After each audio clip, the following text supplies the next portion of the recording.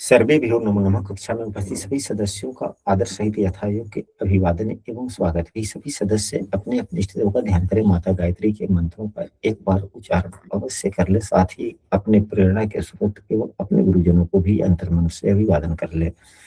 हम लोगों के द्वारा नित्य प्रति कुंडली फलादेश पर आधारित कक्षा आयोजित की जाती है।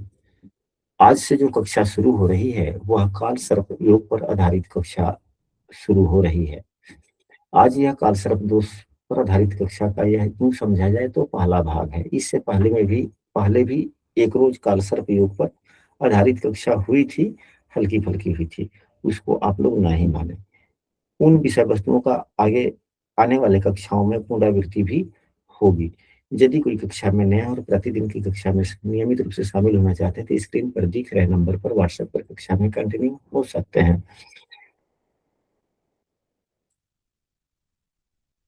जब भी कुंडली में ग्रहों का एकीकरण होता है, वैसे स्थिति को योग कहा जाता है। एकीकरण कई प्रकार से हो सकते हैं। जब भी कुंडली में ग्रहों का एकीकरण होता है, वैसी स्थिति को योग कहते हैं। फलित शास्त्रों में योग का बड़ा महत्व है। जब कुंडली में सभी ग्रह राहु एवं केतु के एक ही बाजू में या एक ही तरफ हो जाते हैं, जब कुंडली में सभी ग्रह राहु एवं केतु के एक ही बाजू में अगर हो जाते हैं, चाहे वह इधर हो जाए या इधर हो जाए, तो जिस योग का निर्माण होता है उसे कालसर्प योग के बारे में शास्त्रों में बतलाया गया है। हालांकि पौराणिक शास्त्रों में उतना कहीं विशेष रूप से इसका उल्लेख नहीं है, लेकिन हाँ फिर भी कालसर्प दोष योग के नाम से इसे जाना जाता है। हमारे गुरुजनों ने भी इसे कालसर्प योग के बारे में बतलाया है।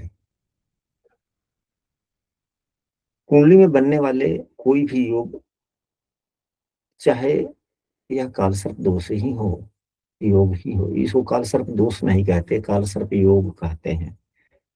कुंडली में कोई भी योग बनता है तो कभी अच्छे परिणाम देते हैं और कभी बुरे भी। ऐसी बात नहीं है कि कालसर्प दोष योग जो बनता है वह कभी अच्छे फल नहीं देते।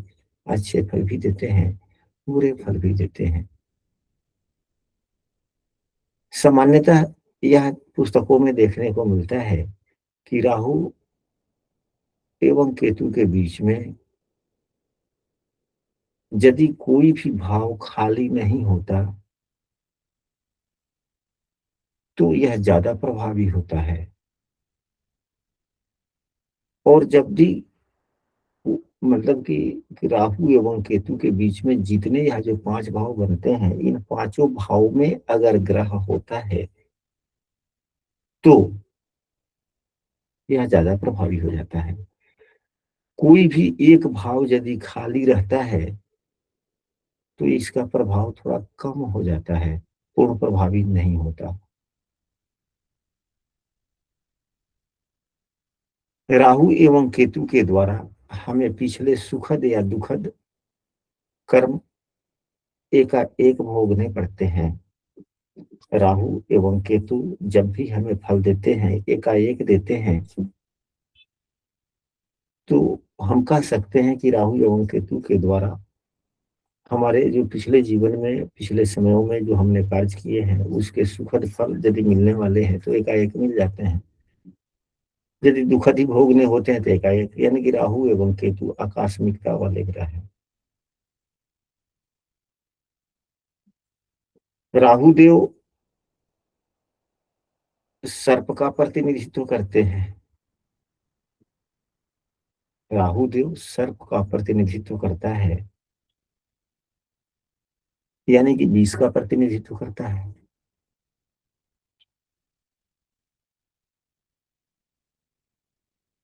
समय का प्रभाव या काल के प्रभाव से जो सुखद दुखद घटनाएं होती है वह राहु केतु के प्रभाव से होता है। इसलिए इसे कालसर्प योग कहा गया हो सकता है। राहु का जन्म नक्षत्र के बारे में आप लोगों को ज्ञात होगा। आप लोग भी अध्ययन करते हैं, आप लोग भी एस्ट्रोलॉजर हैं। राहु का जन्म किस नक्षत्र में बतलाया गया है? आद्रा, आद्रा, स्वाति और शतभिषा। नहीं, ये तो राहु के नक्षत्र हो गए। अच्छा। आद्रा, स्वाति एवं शतभिषा ये राहु के नक्षत्र हैं, यानी कि इन नक्षत्रों के आद्रा, स्वाति, शतभिषा के ये दशा स्वामी हैं।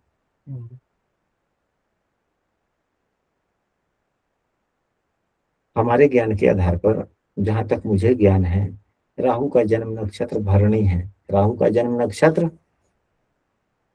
भरणी है। भरणी के स्वामी काल है। भरणी के स्वामी काल है, यानी कि भरणी के देवता काल है। हर नक्षत्रों के अलग अलग देवता हैं। जैसे अश्लेषा के देवता सर्प हैं, उसी तरह भरणी के देवता काल है। केतु का जन्म नक्षत्र अश्लेषा है, जिसके देवता सर्प हैं। तो राहु एवं केतु के माध्यम से ही यह योग बनता है। तो राहु के जन्म नक्षत्र के स्वामी काल हो गए और केतु के जन्म नक्षत्र के स्वामी सर्प हो गए।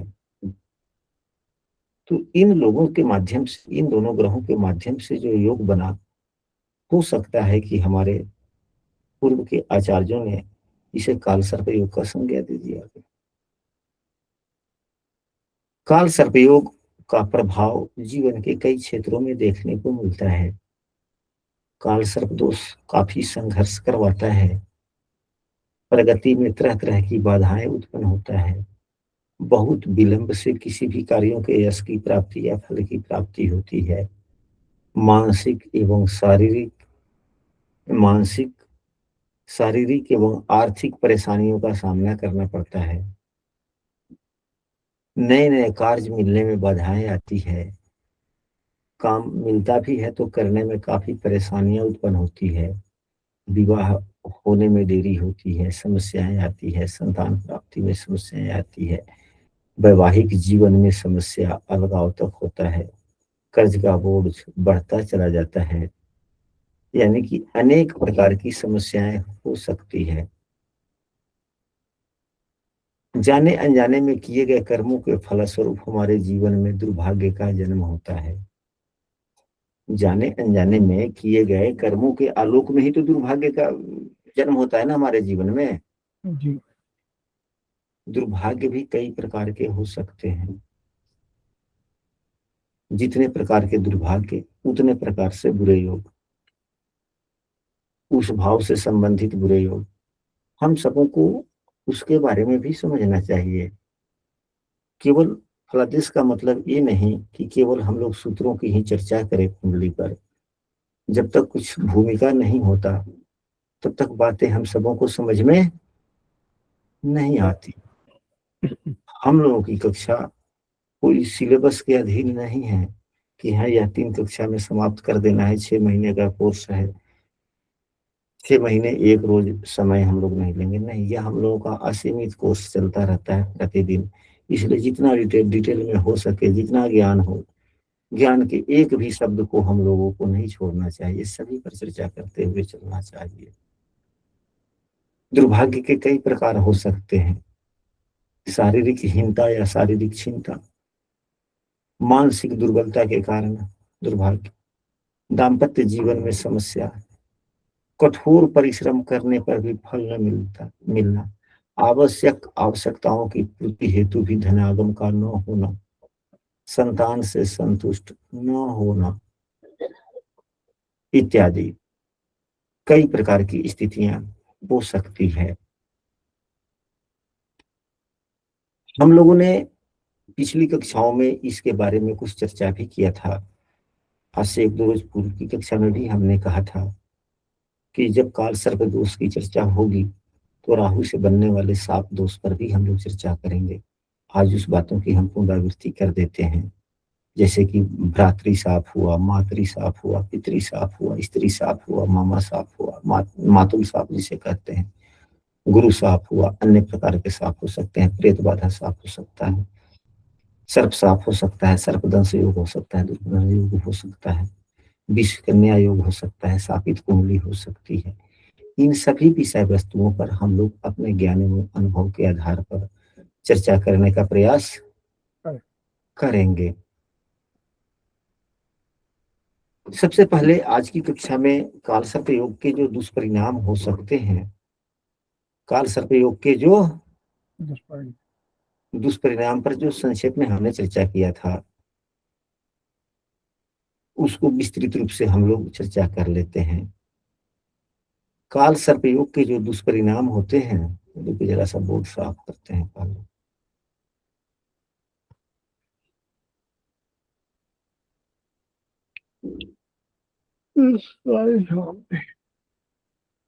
कई प्रकार के दुष्परिणाम, उदाहरण स्वरूप विभिन्न प्रकार के दैहिक या मानसिक कष्ट भोगने पड़ते हैं। प्रायः स्वास्थ्य बिगड़ा बिगड़ा सब हो सकता है, यानी कि स्वास्थ्य हानि भी, स्वास्थ्य पर प्रभाव पड़ता ही है। दूसरा यह भी हो सकता है कि पैतृक संपत्ति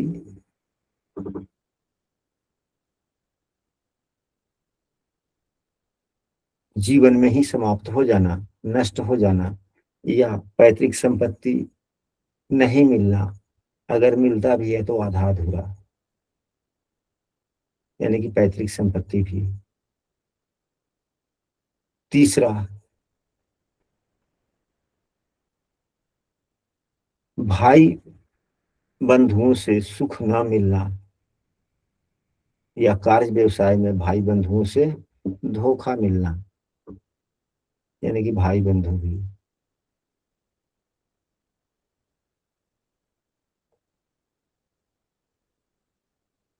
घर पर रहते हुए कार्य का सुख ना होना, यानी घर पर कितना भी प्रयास कर लेते हैं कि हाँ भाई अपने परिवार के साथ में रहकर काम करें, नहीं हो पाना, यानी कि परिवार से दूर रहना।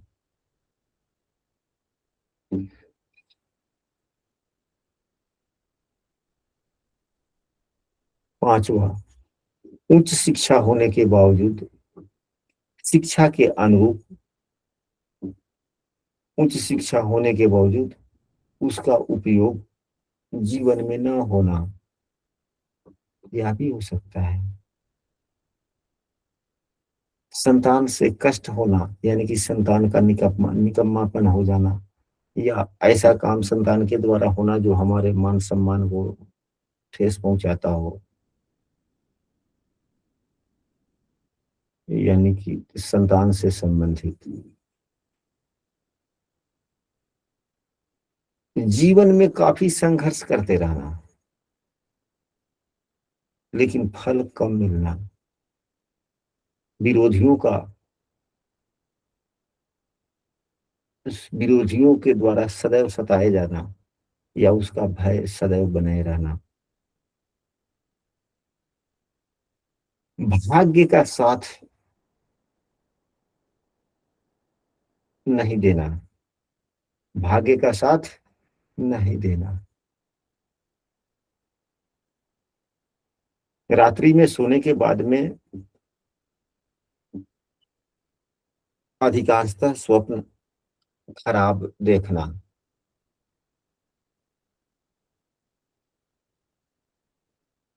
और नींद की कमी होना,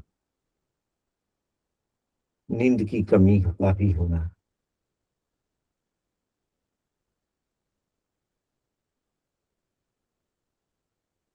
अपने इष्ट मित्रों के द्वारा विश्वासघात हो जाना,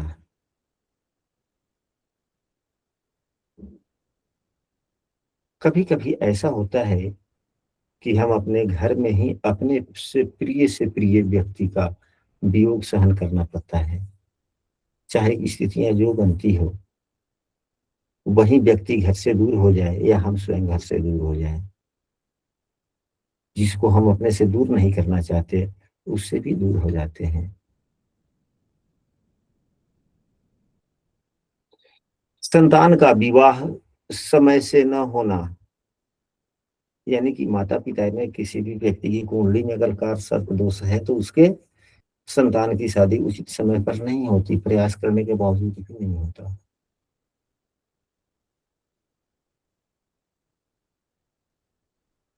एवं यानी संतान का विवाह उचित समय और उचित जगह, यानी कि उचित रिश्तेदारी ना मिलना, घर में अकाल मृत्यु किसी का होना,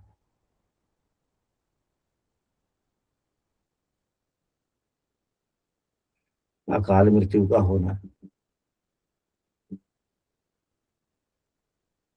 पति के कुंडली में काल सर्प दोष होता है, उसके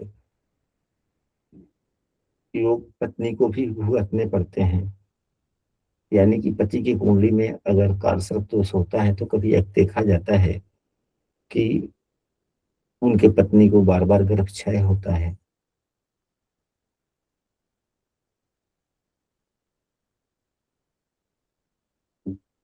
जातक जिसके कुंडली में काल सर्प दोष होता है, व्यक्ति धर्महीन कर्महीन होता चला जाता है।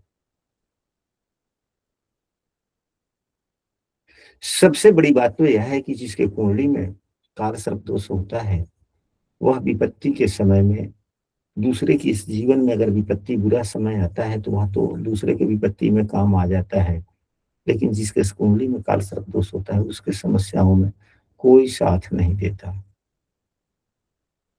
ये जो हम लोगों ने 10, 12, 15 जो योग पढ़े, जो समस्या के बारे में पढ़ा, यह जिस व्यक्ति के कुंडली में काल सर्प दोष होता है, यह सभी समस्याएं सभी के जीवन में लागू हो, या कोई निश्चित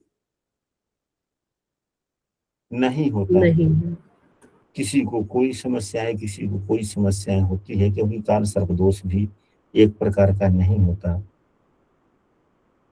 पुस्तकों की बात माने तो 144 प्रकार के काल सर्प दोष के बारे में बताया गया है किसी किसी पुस्तकों में। सामान्यतः तो 12 प्रकार के हम लोग जानते ही हैं कि 12 भाव में राहु है और एक ही तरफ है, सभी ग्रह तो 12 हो गए मुख्य रूप से। तो ये सभी भावों से होकर बन सकते हैं, तो अलग अलग भावों के से बनने से अलग अलग प्रकार की समस्याएं हो सकती है। किसी को कोई समस्याएं हो सकती है, किसी को कोई समस्याएं हो सकती है। हम लोगों ने पूर्व की कक्षा में काल सर्प दोष के परिहार के काफी सूत्रों पर एक कक्षा पूरी हुई थी। उस कक्षा को आप लोग पुनरावृत्ति उस कक्षा की वीडियो को देख लीजिएगा। आज की कक्षा भी हम लोग इसी विषय वस्तु पर आयोजित कर रहे हैं और आने वाले अभी लंबे दिनों तक चलने वाला भी है।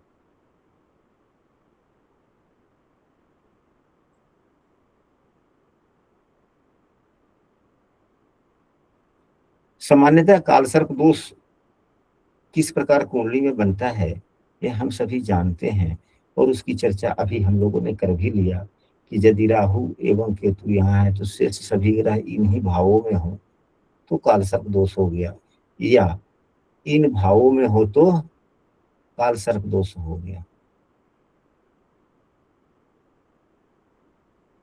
काल सर्प दोष कमजोर कब होता है, इस सूत्र को हम सबों को सदैव याद रखनी चाहिए।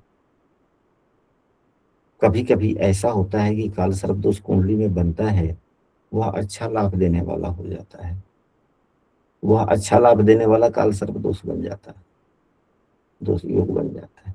यह योग है काल सर्प योग। तो कभी यह योग अच्छे फल भी देते हैं, कभी बुरे भी दे देते हैं। क्या किसी कुंडली में अच्छे फल देने वाले योग बन रहे हैं ये, या इसको भी हम सबों को पहचानना होगा। तो संघर्षों के साथ में अच्छे फल दे देंगे। या संघर्ष ही केवल कराते रहेंगे, अच्छे फल नहीं देंगे। तो यह काल सर्प दोष योग जो है, यह कमजोर कब होता है, इसको भी हम सबों को समझना चाहिए।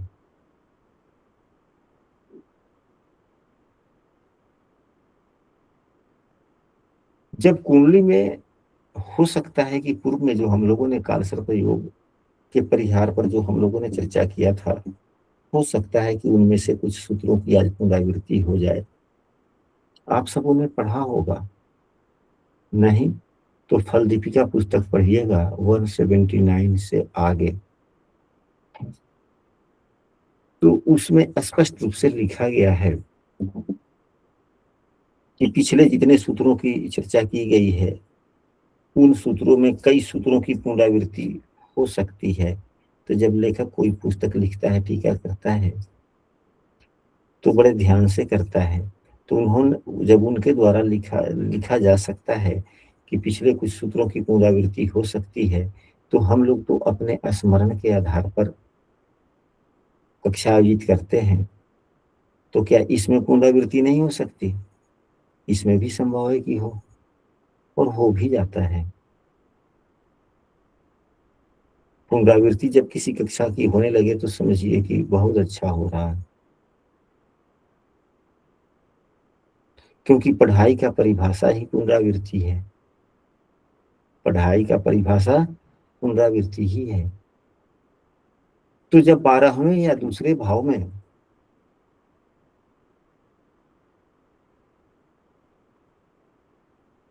शुक्रदेव होते हैं, तो काल सर्प दोष प्रभावहीन हो जाता है, कम हो जाता है।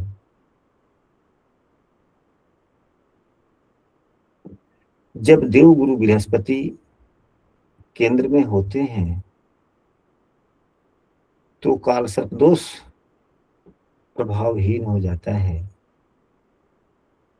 दो सूत्र बने, पहला शुक्र का दूसरे या 12वें भाव में, दूसरा सूत्र गुरु का केंद्र में होना, तीसरा सूत्र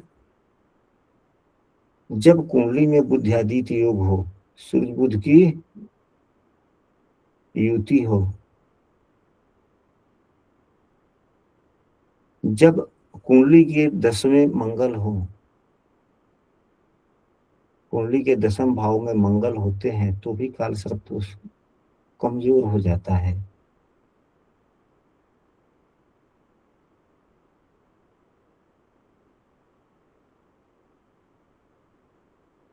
या केंद्र में कहीं भी मंगल अगर 10वें भाव में है, तो किसी भी राशि के हैं, तो काल सर्प दोष का परिहार करते हैं मंगल देव। गुरुदेव 10वें भाव केंद्र में कहीं भी हो, किसी भी राशि में हो, केवल नीच के ना हो, तो परिहार करते हैं। 10वें भाव में मंगल केवल कर्क राशि के न हो, यानी कि नीच के न हो, तो परिहार करते हैं। पांचवा, यही मंगल केंद्र में कहीं भी हो, यानी कि लग्न में हो, चौथे में हो या 7वें में हो, और रोचक योग बना रहे हो मंगल के द्वारा, रोचक योग बन रहा हो, यानी कि लग्न चौथा या 7वें भाव में मंगल हो, 1, 8 या 10 नंबर की राशि में बैठे हुए हो, तो भी कमजोर हो जाता है।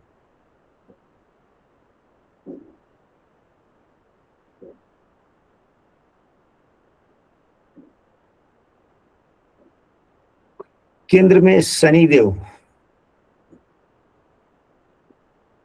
केंद्र में शनिदेव यदि उच्च के होते हैं, शनि अगर उच्च के हो केंद्र में, तो परिहार होता है, यानी कि कमजोर हो जाता है। हम लोगों ने शायद पूर्व की कक्षा में यह भी पढ़ा है कि पंच महापुरुष योग में से कोई भी योग बन रहा हो, यानी कि केंद्र में मंगल देव हो, बुध देव हो, गुरुदेव हो, शुक्र देव हो या शनि देव हो, इन पांचों ग्रह में से कोई भी एक ग्रह हो और स्वराशि या अपने उच्च राशि का होकर हो तो काल सर्पयोग का प्रभाव कम हो जाती है। कम हो जाता है।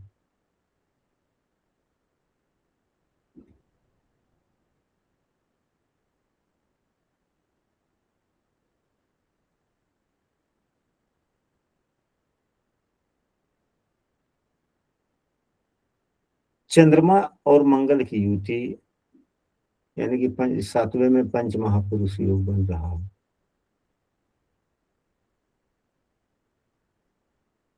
8वां केंद्र में चंद्रमा मंगल की युति हो तो भी कमजोर हो जाता है।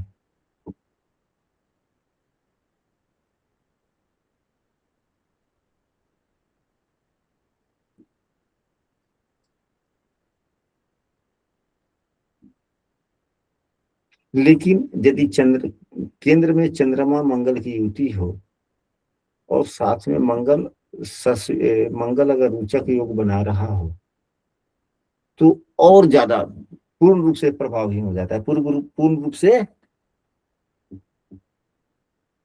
प्रभावहीन हो जाता है। या कोई भी ग्रह महापुरुष योग में से कोई एक योग बना रहा हो और चंद्रमा साथ में हो या चंद्रमा के द्वारा उसको देखा जाता हो तो प्रभावहीन। जिस प्रकार हम लोगों ने पढ़ा है पूर्व की कक्षाओं में मांगलिक दोष के बारे में, पुस्तकों में भी पढ़ा है आप लोगों ने कि यदि मांगलिक योग के परिहार के सभी सूत्र ध्यान में रहे तो शायद ही आपको हजारों में एक आध कुंडली ऐसी मिलेगी जिसमें मंगल दोष 1000 कुंडली में लग रहा हो तो एक आधे कुंडली आप लोगों को ऐसा मिलेगा जिसमें मंगल योग का परिहार न मिलता हो। नहीं तो सामान्यतः सभी कुंडलियों में मंगल का परिहार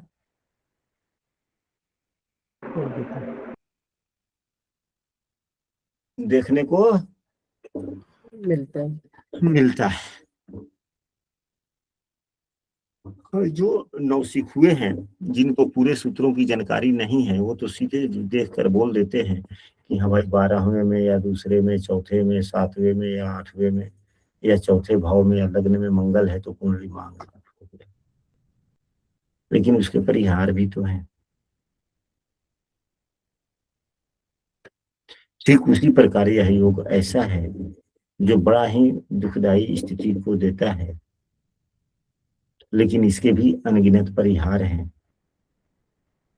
हम लोगों को परिहार पहले जानना चाहिए फिर उसके बाद में अन्य अन्य भावों में बनने वाले अलग अलग प्रकार के काल सर्प दोष पर हम लोग क्या उपाय कर सकते हैं, क्या वह नुकसानदायक स्थितियां दे सकता है, इस पर हम लोग चर्चा करेंगे।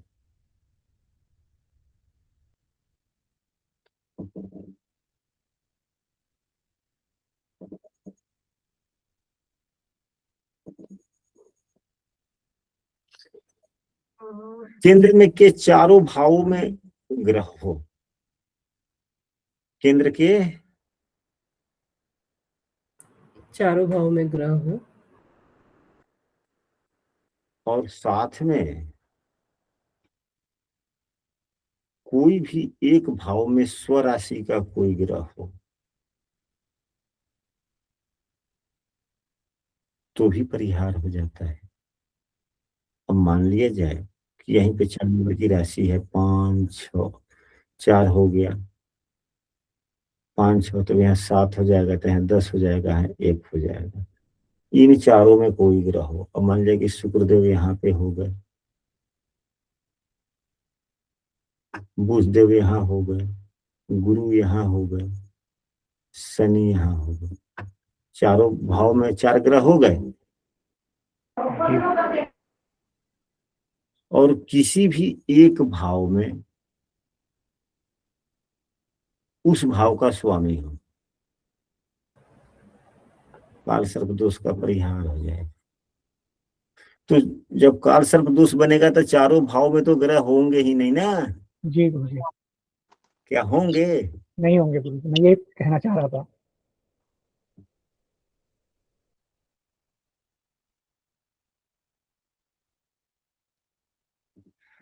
तो हमारे गुरुजनों का कहना है यदि राहु यहाँ पर है, केतु यहाँ पर है, तो दो भाव आ गए ना।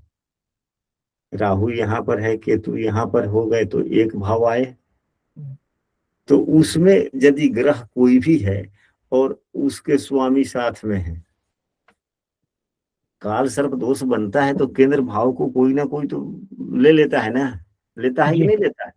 जी तो जो भाव केंद्र में बन रहा हो उसमें ग्रह हो और उसके स्वामी भी साथ में हो। अब बातें स्पष्ट हुआ जी कि काल सर्प दोष बन रहा हो, लेकिन केंद्र में जो भाव बन रहा है उसमें कोई ना कोई एक ग्रह हो और उसके स्वामी भी साथ में ही हो। यहाँ पर दृष्टि प्रभावी नहीं होती, दृष्टि प्रभावी नहीं होती। नहीं होती, युति ही होनी चाहिए।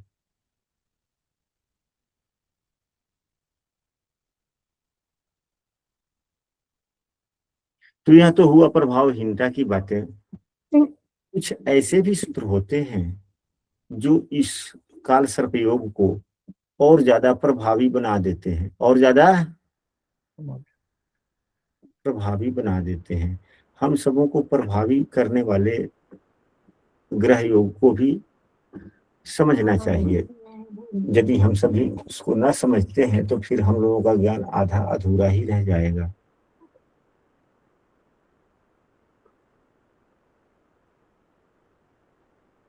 यदि काल सर्प योग कुंडली में बन रहा हो, जैसे राहु केतु हो गए, सभी ग्रह इधर ही हो गए और गुरु साथ में हो जाए, यानी गुरु चंडाल योग हो, चंडाल योग हो,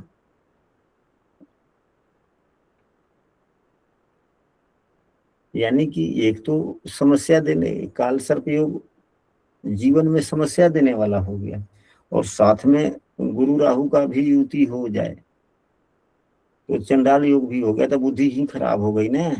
अपने गुरुजनों से हम तू मैं करेंगे, तू मैं की बात मतलब नहीं समझे। जैसे गुरुजन करें कि यह बात ऐसे होगा, समझाना चाह रहे हैं, तो गुरुजनों की गुड़ बातों को हम समझने के बजाय हम अपनी छोटी सी बुद्धि से ही जितना जानते हैं उसी के आलोक में हम गुरुजनों की बात को समझने का प्रयास न करते हुए अपनी बात ही दोहराने लगे, यानी गुरुजन हमसे नाराज हो जाए। यह चंडाल योग का फल है। तो और ज्यादा यह काल सर्प दोष ज्यादा प्रभावी हो जाता है।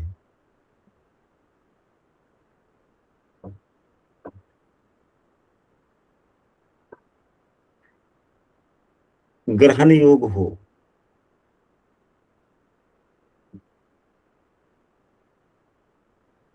यानी कि राहु के साथ में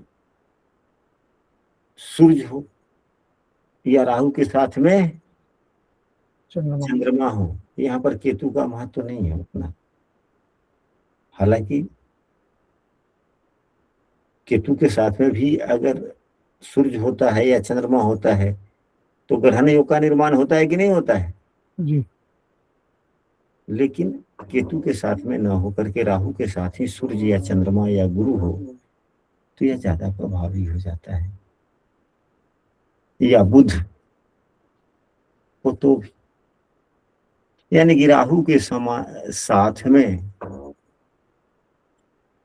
कोई भी ग्रह हो युक्त हो जाए तो यह थोड़ा खराब ज्यादा करता है। काल सर्प योग कुंडली में बन रहा हो और चंद्रमा दूसरे या 12वें भाव में हो और चंद्रमा से कोई भी ग्रह युक्त ना हो तो यह ज्यादा नुकसान करता है। तो यह ज्यादा नुकसान करता है। नुकसान।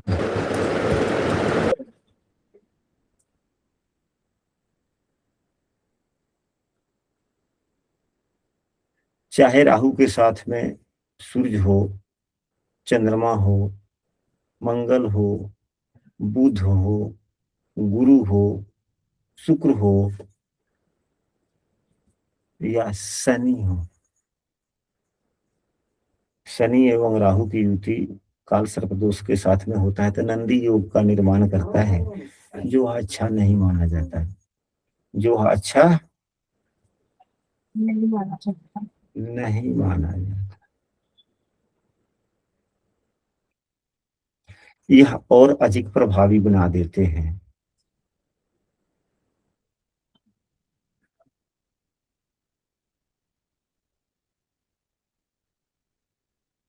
राहु की जब चर्चा हो रही है तो राहु से बनने वाले कुछ विशेष योगों पर भी हम सबों को चर्चा करना चाहिए, ताकि कक्षा पूर्ण रूप से पूरा हो सके, सर्वांगीण विषय वस्तु की जानकारी हो सके।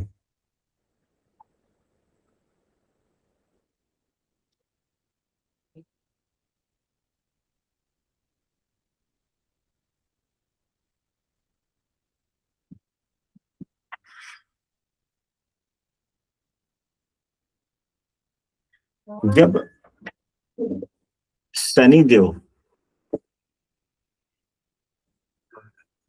जब शनिदेव चौथे भाव में होते हैं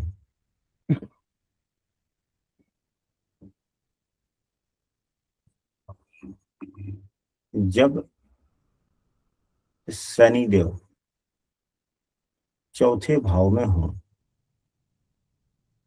तथा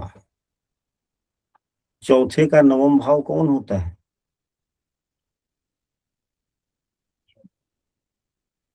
द्वादश भाव, बारहवां भाव है।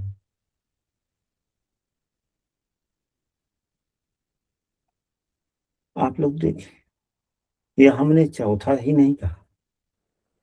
शनि आपके कुंडली में कहीं भी हो, उससे नौवें भाव में क्या राहु है,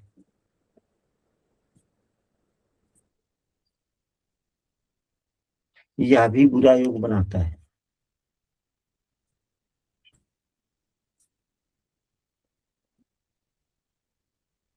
शनि क्या है? शनि हमारा प्रोफेशन है, शनि हमारा कर्तव्य है, शनि हमारे वक्त की पाबंदी है। और नौवां भाव क्या है? भाग्य है। तो भाग्य भाव में राहु अच्छे फल नहीं देते, तो हमारा कर्तव्यशीलता, हमारा प्रोफेशन इत्यादि राहु के भाग्य में राहु हो जाता है।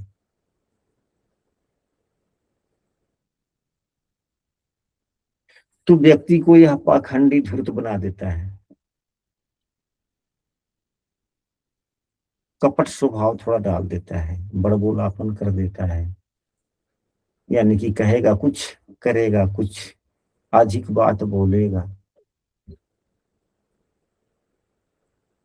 और किसी पर भी विश्वास, अविश्वासी स्वभाव का व्यक्ति हो जाता है। और अविश्वासी स्वभाव का व्यक्ति हो जाता है। हाँ जयप्रकाश जी, बोला जाए। हाँ गुरु जी, मैं ये पूछा था कि ये तो चलो कालसर्प की बात हो गई, अगर ये वैसे भी जनरल कुंडली में हो जिसमें कालसर्प दोष ना हो, तो शनि से नवम भाव में राहु हो, तो क्या ये वहां भी लागू होगा, प्रभावी होगा ये चीज? हाँ तो वही तो हम कह रहे हैं, काल सर्प दोष हो ना हो, लेकिन शनि से यदि राहु नौवे हैं, देखिए ना, कोई पहचान के कुंडली हो जिसके शनि से नौवे राहु हो, तो क्या उसका स्वभाव इस प्रकार का है कि नहीं है? तो जिस व्यक्ति में थोड़ा पाखंडपन हो, आचरण उतना उत्तम न हो, स्वभाव में कपट हो, बड़बोलापन हो, यानी कि कह रहा है कुछ और कर रहा है कुछ और, जो किसी दूसरे पर पूरा विश्वास न करने वाला हो, उसके जीवन में समस्याओं की कमी रहती है? नहीं रहती ना? जी। नहीं रहता। लेकिन शनि का यहाँ पे थोड़ा कमजोर होना आवश्यक होता है। अगर शनि स्वराशि का है, उच्च राशि का है, तो यह कम देखने को मिलेंगे यह योग के फल।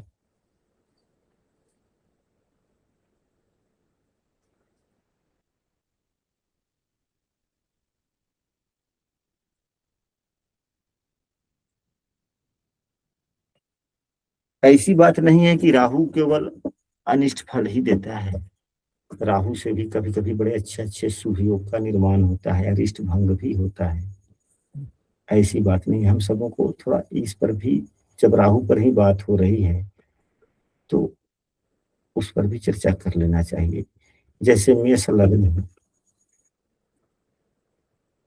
और लग्न में ही राहु हो, यानी कि मेष लग्न हो तो 1 2 3 4 5 6 7 8 10 11 12, तो राहु देव चाहे लग्न में हो, तीसरे भाव में तो खैर सभी लग्नों में है।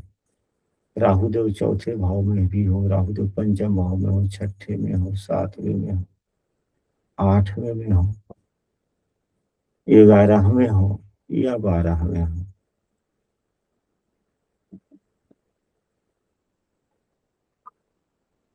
तो यह लाभ ही देते हैं मेष लग्न की कुंडली में। कर्क लग्न की कुंडली में भी इन्हीं भावों में अगर राहु है तो भी अच्छा ही फल देते हैं। अन्य लग्नों में उतना हमें ज्ञात नहीं है, लेकिन कम से कम इन दो लग्नों में, मेष लग्न एवं कर्क लग्न में, उत्तम फल देते हैं, उतना नुकसान नहीं करते हैं।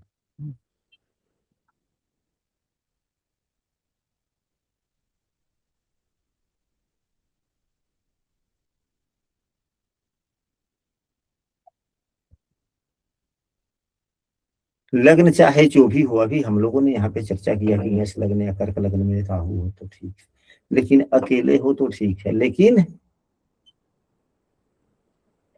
अकेले हो तो ठीक है। अकेले हो तो ठीक है।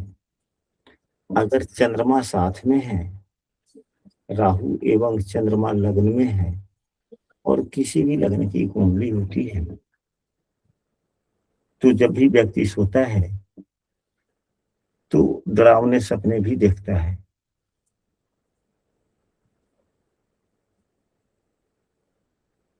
अनिद्रा की शिकायत हो सकती है, व्यक्ति चिड़चिड़ा हो सकता है।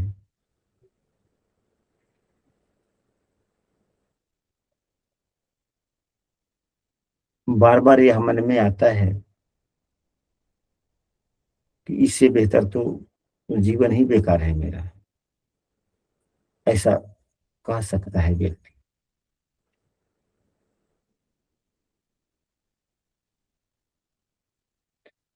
तो आज की कक्षा में हम लोग इतना ही रखते हैं।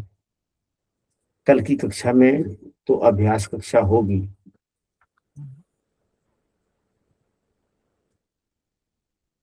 और हाँ, आप लोग जब सोमवार को कक्षा होगा तो यह अंतिम सूत्र हमको जरूर याद दिला देंगे कि हाँ, अंतिम सूत्र लग्न में चंद्रमा एवं राहु की युति के बारे में हम लोगों ने चर्चा किया था।